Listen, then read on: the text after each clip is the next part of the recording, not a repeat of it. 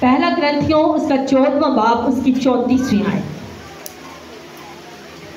پہلا کرنتھیوں 14واں باب 34ویں آیت جائے گی. خدا کے کلام میں لکھا ہوا ہے عورتیں کلیسیا کے مجمع میں خاموش رہیں کیونکہ انہیں بولنے کا حکم نہیں بلکہ تاپے رہیں جیسا توریت میں بھی لکھا ہے. آمین. بائبل مقدس میں لکھا ہوا ہے کہ عورتیں کلیسیا کے مجمع میں خاموش رہیں. ورڈس یہ کیا ہے؟ اور میں کہہ رہی ہوں کلام سنانا چاہیے. میں کہہ رہی ہوں کلام سنانا چاہیے. تو یہاں پر لکھا ہے عورتیں کلیسیا کے مجمع میں خاموش رہیں. یہ کیا بات ہوئی؟ کلام پڑھنے میں اور بائبل سٹڈی کرنے میں فرق ہے. اور جو سارے برا نے نا ٹھبے نے پڑھ کرنتھیوں کی کتابوں سے چلی ہے اور تک خاموش رہیں. لیکن اگر اس کا سیاق و سباق پڑھے تو یہ کرنتھس کی کلیسیا کی عورتوں کو کہا جا رہا تھا، کیونکہ اس وقت میں پالوس رسول نے کرنتھس کی کلیسیا یعنی کہ کرنتھیوں کی کلیسیا کی عورتیں مختلف طریقوں سے طرح طرح کی باتیں کرتی تھی. کلام میں مقدس ہے ادھر لکھا ہوا، ٹھیک ہے؟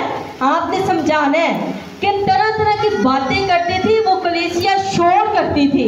تو اس وقت پالوس رسول نے ان عورتوں کو کہا تھا کہ مجمع میں بولنے کی اجازت نہیں، نہ کہ یہ کہا کہ کوئی عورت بھی آ کے مجمع چکار لے نہ کرے. ٹھیک ہے؟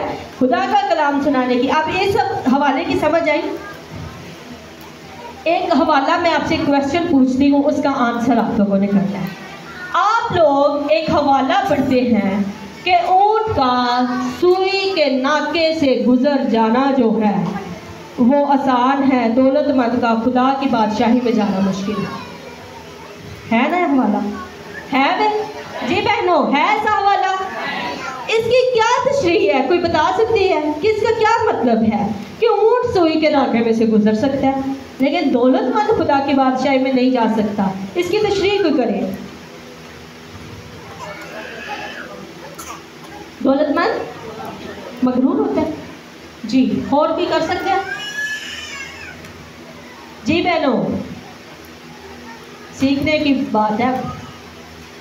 آپ کو پتا چلا ہے کہ سیمینار ایمان کی کمزوری اور سوئی ایک جگہ کا نام ہے اور وہ دیوار ہے، یعنی کہ اتنی دیوار ہے کہ وہاں سے اونٹ گزرنا جو ہے وہ بآسانی نہیں گزرتا بلکہ بیٹھ کے گزرتا ہے. یہاں پر بھی کرنتھس کی کلیسیا کی عورتوں کو مخاطب کر کے کہا گیا ہے کہ مجمع میں بولنا آپ نے نہیں ہے، کیونکہ اس وقت آپ کو پتا ہے کہ بحث و تکرار چلتے تھے. یسوع مسیح کے بعد کلیسیا ڈیولپ ہو رہی تھی اور شاگرد آپس میں جو ہے وہ نیا نظام لے کر آ رہے تھے. تو اس وقت کہا گیا تھا کہ عورتیں جو ہیں اس مجمع میں بات نہ کریں. جو 60 ایئرس کی ہیں، 70 40 30 یا 12 جتنی بھی، کہ آپ کو آج پتا چلا ہے کہ سوئی ایک جگہ کا نام ہے اور وہ دیوار چھوٹی ہے. اونٹ بیٹھ کے گزرتا ہے، اونٹ سیدھی طرح سے نہیں گزر سکتا. اس لیے لکھا گیا ہے کہ اونٹ کا سوئی کے ناکے میں سے گزرنا آسان ہے، حالانکہ دولت مند کا خدا کی بادشاہی میں سے گزرنا مشکل. سمجھ آ گئی؟ کلیسیا کے مجمع میں کہتے ہیں جی خاموش رہنے کا حکم ہے. تو یہ اس وقت کی بات تھی جب کلیسیا ڈیولپ ہو رہی تھی. کلیسیا میں نئے نظم و ضبط قانون بنائے جا رہے تھے اور عورتیں جو ہے وہ باتیں بنا رہی تھی، کر رہی تھی. تو اس وقت پالوس رسول نے کہا تھا کہ عورتیں جو ہیں وہ مجمع میں خاموش رہیں، کیونکہ اس وقت کلیسیا کی ابھی ڈیولپمنٹ ہو رہی تھی. سمجھ آ گئی ہے؟ آگے چلتے ہیں. اب ہم نے کتابی مقدس میں سے دیکھنا ہے کہ کیا عورتیں خدا کا کلام سنا سکتی ہیں.